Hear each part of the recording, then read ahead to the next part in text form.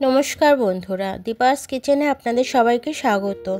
আজকে আমি ডাব চিংড়ি নিয়ে এসেছি। দেখুন, আমি চিংড়িগুলো আপনাদেরকে দেখাচ্ছি। এরকম বড় বড় চিংড়ি, তো এগুলোকে আমি ছাড়িয়ে নেব। এটা 500 গ্রাম মতো চিংড়ি আছে। এই ডাবটা কিনবেন, সেই ডাবটার মধ্যে একটু শাঁসওয়ালা দেখে ডাবটা কিনবেন, কারণ আমাদের এই ডাব চিংড়ি করতে গেলে আমাদের ডাবের শাঁসটা লাগে এবং ডাবের জলটাও লাগে আমাদের।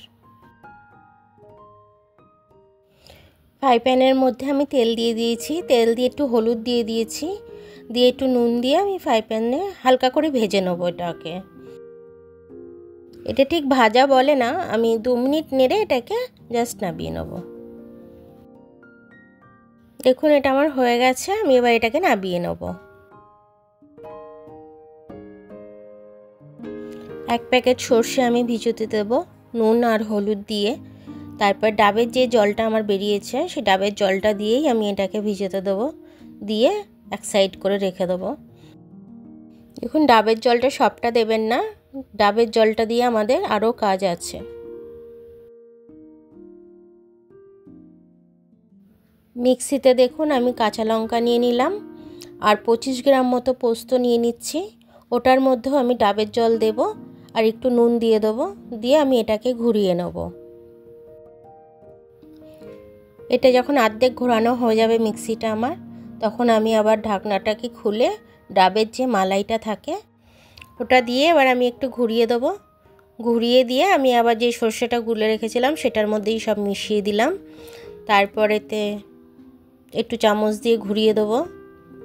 তারপরেতে আমি সবটাই একসাথে মিশিয়ে নিলাম। মিশিয়ে নিয়ে এটা রেখে আমি পাশে আবার টক দই একটু ফাটাবো। দেখুন, টক দই নিয়ে নিয়েছি আমি 100 মতো। এবার টক দইটাকে আমি ভালো করে এটাকে ফাটিয়ে নেব। ফাটিয়ে নিয়ে টক দইটাও ওটার মধ্যে আমি দিয়ে দেবো। এটা মিশিয়ে নিয়ে ডাবের মধ্যে যতটা ধরবে আমি ততটা ডাবের মধ্যে ভরে দেবো। দিয়ে তারপরে আমি থালার মধ্যে একটু সর্ষের তেল দিতে ভুলে গেছিলাম, আমি ডাবের মধ্যে সর্ষের তেলটা দিয়ে দেবো। ডাবের মুখটা এরকমভাবে চৌকো করে কেটে নেবেন, না হলে যেখান থেকে ডাবটা কিনবেন তাদেরকেই বলবেন কেটে দেবে। বলবেন ডাব চিংড়ি করব, তারাই এইভাবে চওড়া করে মুখটা কেটে দেবে।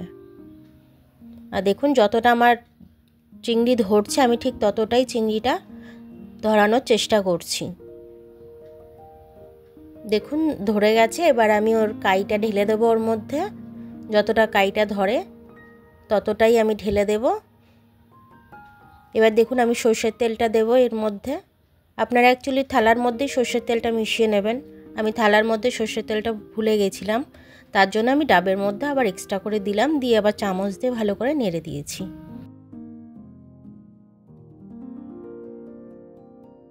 ডাবের যে ঢাকনাটা ছিল আমার, সে ঢাকনাটা দিয়ে আমি এটা চাপা দিয়ে দিলাম। দিয়ে এবার আমি প্রেসার কুকারে জল দিচ্ছি। দেখুন, এবার ডাবটা আমি বসিয়ে দিলাম। ডাবটা বসিয়ে দিয়ে এবার আমি ঢাকনাটা আটকে দেবো প্রেসার কুকারের, দিয়ে আমি 5খানা সিটি মারব। এটা ঢাকনাটা আমি খুলে নিচ্ছি প্রেসার কুকারের। এবার আমি এই জিনিসটা বের করে নেবো, ডাবটা। দেখুন, ঢাকনাটা খুলে নিলাম। এবার ডাবটাকে আমি ওর ভেতর থেকে তুলে নেব। তুলে নিলাম। তুলে নিয়ে এবার দেখুন ডাবটা কত সুন্দর দেখতে হয়েছে। ডাবটাও পুরো মেরুন কালার সেদ্ধ হয়ে গেছে। এটা আমি একটা পাত্রর মধ্যে ঢেলে নেব এবারে। আমার ভিডিওটা দেখার জন্য অনেক অনেক ধন্যবাদ। ভিডিওটা পছন্দ হলে লাইক আর সাবস্ক্রাইবটা একটু করে দেবেন, আর বেল আইকনটা টিপে দেবেন। ফেসবুক থেকে দেখলে লাইক আর ফলোটা করে দেবেন। এরকম করে করে খেয়ে দেখবেন কেমন লাগলো, আমাকে জানাবেন। তারপরে আমি কালকে আবার আসছি নতুন রেসিপির সাথে। ততক্ষণে আপনারা ভালো থাকবেন।